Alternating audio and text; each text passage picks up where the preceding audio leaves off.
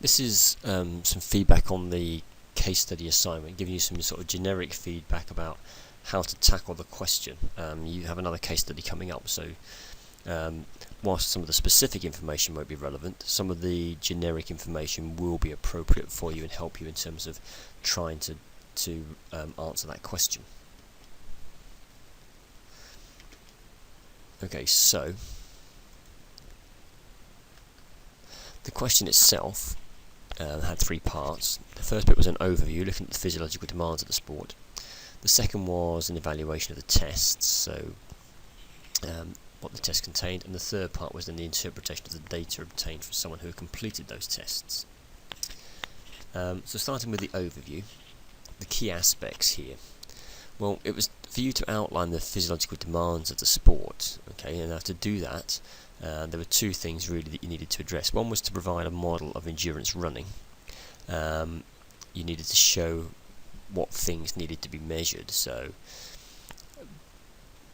the most obvious one would be the one that we use mostly in the lectures, although there are other models which we showed in the lectures that you could have used. But here I was expecting you to come up with something relating to race performance being determined principally by maximum steady state, VO2 max and running economy. So the maximum steady state and the VO2 max are the metabolic component.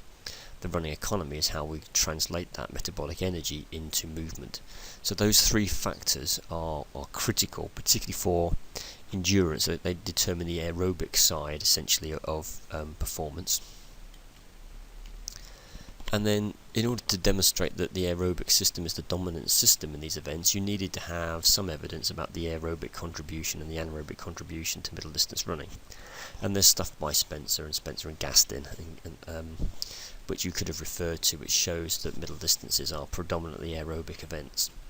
So that was the kind of thing that I was looking for there, because that would set you up then for the rest of what was about to happen. So the next section was the evaluation of the tests, and this shows you the question. The key parts here: evidence evaluation, the appropriateness, the accuracy, and then to a lesser extent the reliability. Now at this point there were a number of assumptions you could make, or I thought you ought to make. I think you could assume that it was a skilled collector. I think you can assume that the environmental conditions were controlled, and that the study itself, or the testing itself, was conducted in a well-controlled manner. The person turned up appropriately rested, and so on and so on. And so you didn't really need to speak about those factors. Okay, so what were we looking for in this section in terms of a good answer? Well, firstly, it's making sure that you show that the tests are appropriate. So that means linking to the demands of the sport. So if the sport is predominantly aerobic, then the key factors are going to be VO2 max, maximum steady state, and running economy. So all of those things were measured, so they were therefore appropriate to the demands of the sport.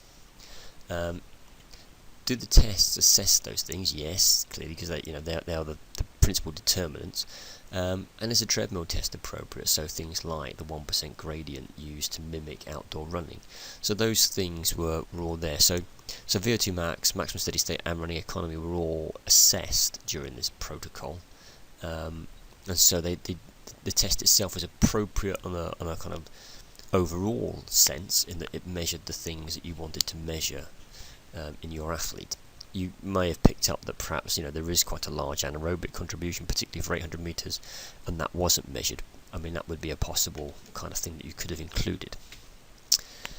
The next part is, okay, these tests are appropriate, but was the protocol very good? How does it compare to the gold standard method by which you would use?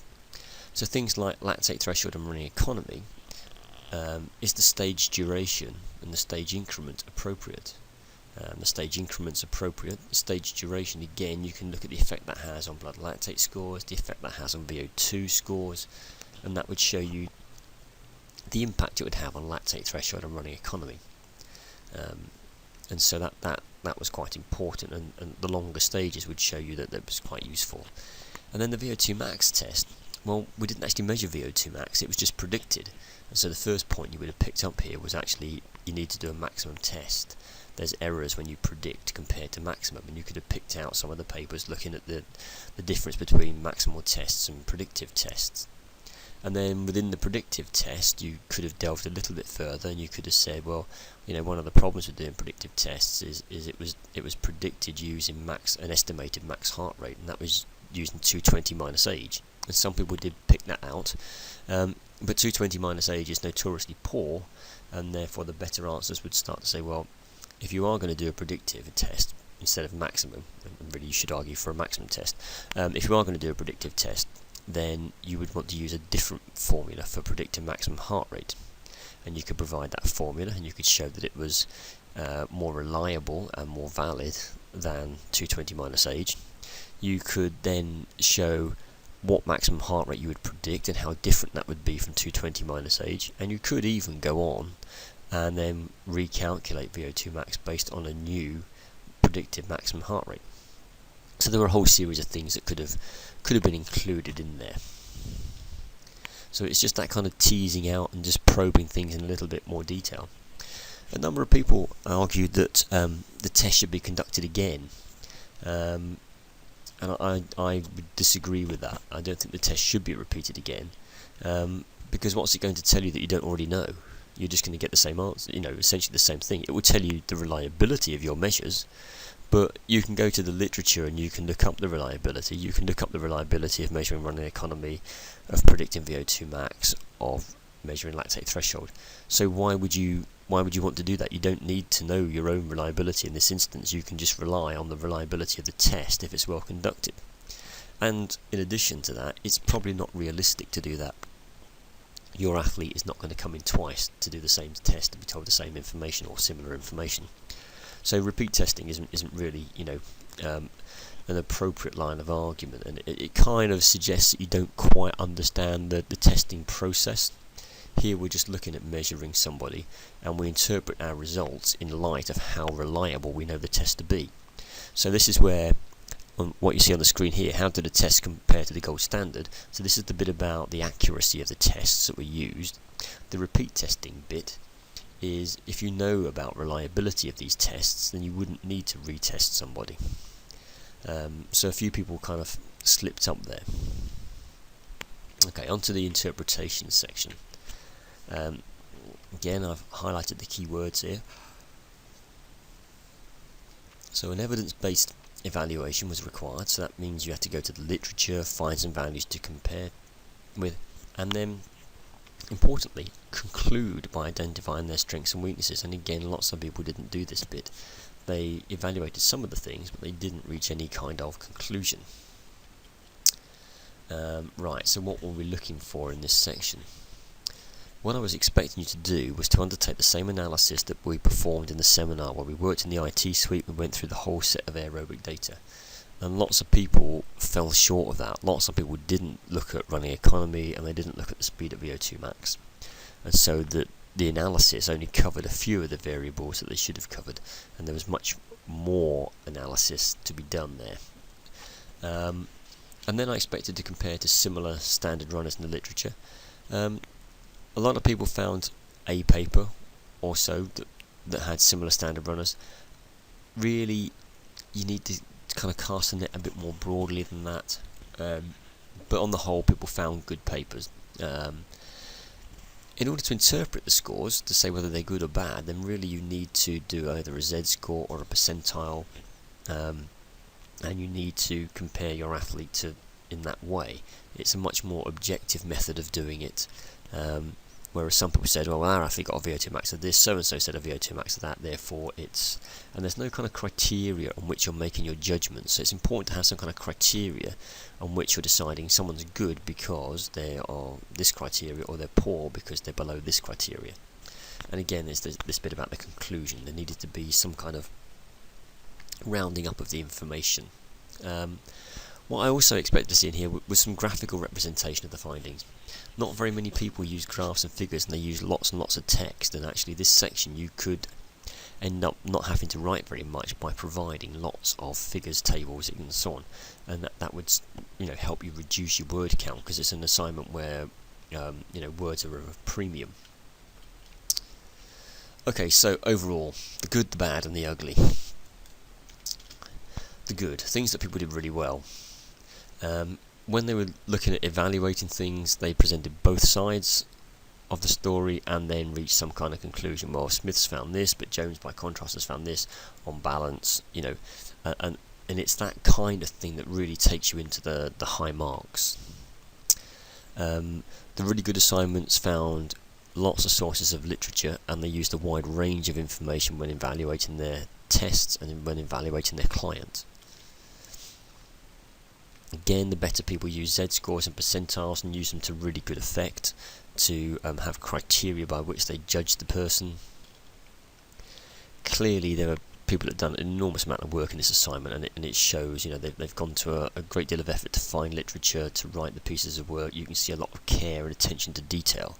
So that's really nice to see that people are doing that. The bad,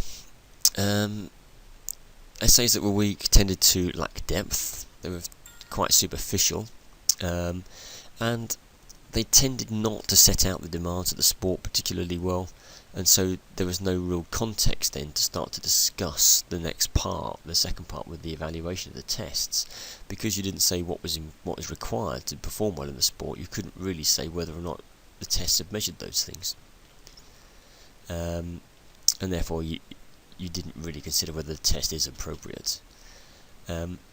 Quite a few people said that because of the number of stages of the test, it lasted 36 minutes, and that was too long because it wasn't specific to an 800 or a 1500 metre race. We're not trying to measure race performance here, we're trying to measure the underlying physiology. So it's about whether the tests measure the physiology, not recreate the race. You wouldn't bother to recreate a race, you would just get the person to race. And you can measure their race performance by watching them in a race. You don't need to do that. What you're trying to do here is to understand the underlying physiology. So if their race performance improves, then we have an understanding of why it's improved. Did it improve because their lactate threshold went up, or their VO2 max went up, or their economy improved? And we can start to see where the person's strengths and weaknesses are. So we could have two runners of the same level of performance, but they could have different strengths and weaknesses. One could have a big VO2 max and poor running economy, and the other one could be the opposite way around. And so by testing people, we start to pick apart performance, and we start to get an understanding of the determinants of performance and how someone performs in each of those determinants. And so this idea that the test was too long didn't showed a lack of understanding of why we test people.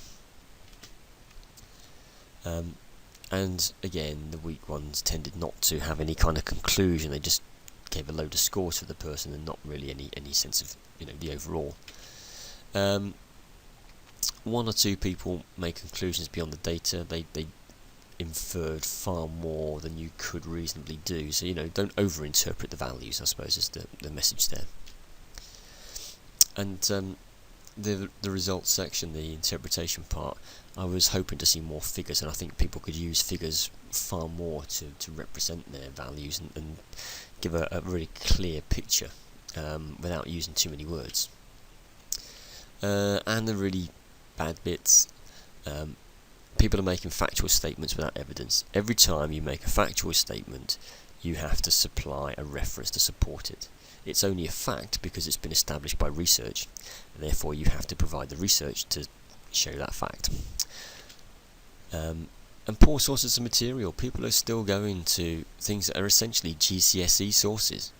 This is an academic course, it's an academic piece of work.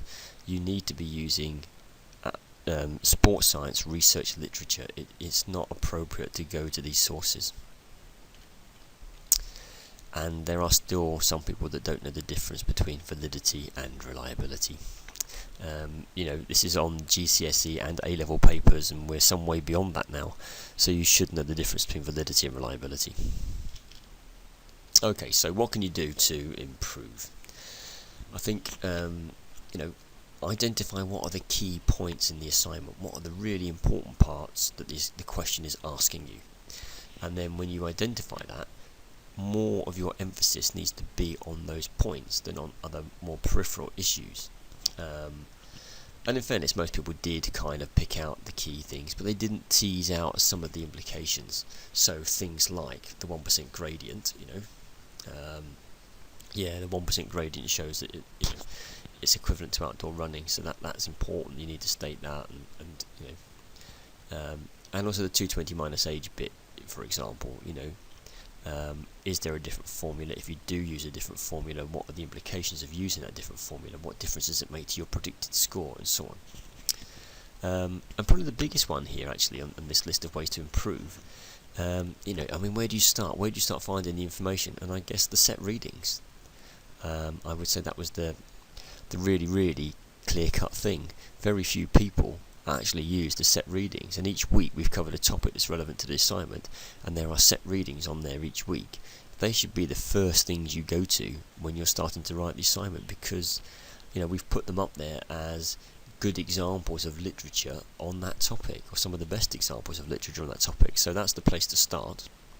Do make sure you answer the question. Lots of people just ramble and don't really address the question. So again, it's that part of the first point here, developing the key points. Look at what the question's asking. Make sure you write your answer to address those things.